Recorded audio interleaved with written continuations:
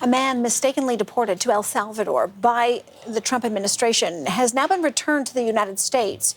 Kilmar Abrego Garcia is now facing charges for allegedly transporting undocumented migrants within the U.S. Now, he was sent to El Salvador back in March, despite being granted protections by an immigration judge in 2019.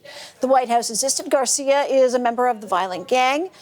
His lawyers have denied that and say that Abrego Garcia has not been charged or convicted of any crime. Journalist Steve Futterman has been following that story for us, and he joins us now from Los Angeles. Steve, what can you tell us about these new charges? Well, Sarah, it's a complicated story. We have to give some background. Abrego Garcia entered the U.S. illegally in 2011. He was given that protective order, which more or less prevented him from being deported in 2019. Now, in 2022, he was stopped in Tennessee for speeding, and there were 8 people in his vehicle. This has led many people to suggest, yes, that's when he was allegedly transporting illegal aliens, migrants, into the U.S. Now, the charges today seem to stem from that incident. The charges were announced today at a well-attended news conference by the U.S. Attorney General Pam Bondi. Let's take a listen to what some of her comments were. Upon completion of his sentence, we anticipate he will be returned to his home country of El Salvador.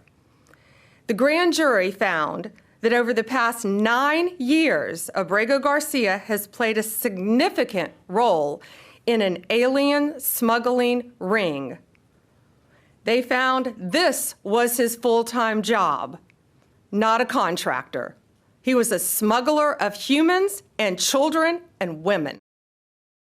Now, the Attorney General said he had been involved in more than 100 of these transporting of illegal migrants in the U.S. They say they have other people who were involved in this alleged conspiracy who will testify against him. She also said one of the alleged co-conspirators claimed that at one point Abrego Garcia abused some of the females that he was transporting. But all these right now are allegations. He has denied the allegations from the time he went to El Salvador. And this, of course, became a big issue because he was sent to El Salvador by mistake. And then the Trump government would not find a way to get him back to the U.S., even though the U.S. Supreme Court said it needed to facilitate his return. Well, now they have facilitated his return as a defendant. Tonight in Tennessee, Abrego Garcia made a brief court appearance, his first court appearance. There was no plea entered. He did say he understands the charges against him, and there'll be another hearing sometime next week.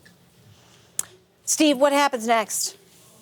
Well, we'll have that hearing next week, Sarah, but it's going to be very interesting to see what the defense will be. His attorney, Abrego Garcia's attorney, has already said this is a miscarriage of justice, that they're trying to really focus on him to make an excuse for the mistake that the Trump administration made when they sent him to El Salvador, even against a judge's orders back then. When the plane had left, a judge had already said they should not be sent there, and they sent the plane there anyway. Now, he will have what we expect to be a vigorous defense. His attorney already says he wants a hearing before an immigration judge, not a federal court judge. That may not happen. But one interesting aspect we learned late today is that one of the senior prosecutors in the Nashville area, that's the area handling this case, resigned last week.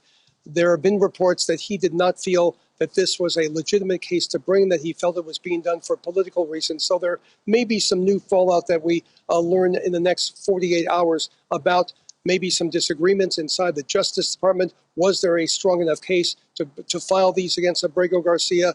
But for the moment, he is back in the U.S. That does alleviate the threat or the demand by the U.S. Supreme Court. But now he is a defendant. He'll be held in detention at least through next week, and then we'll hear more about that. But I do think we're going to hear more about this case in the next few days. He has claimed all along that he did nothing wrong. The federal government says he was a major part of this vast conspiracy to bring illegal migrants into the U.S. Journalist Steve Futterman in Los Angeles, thank you.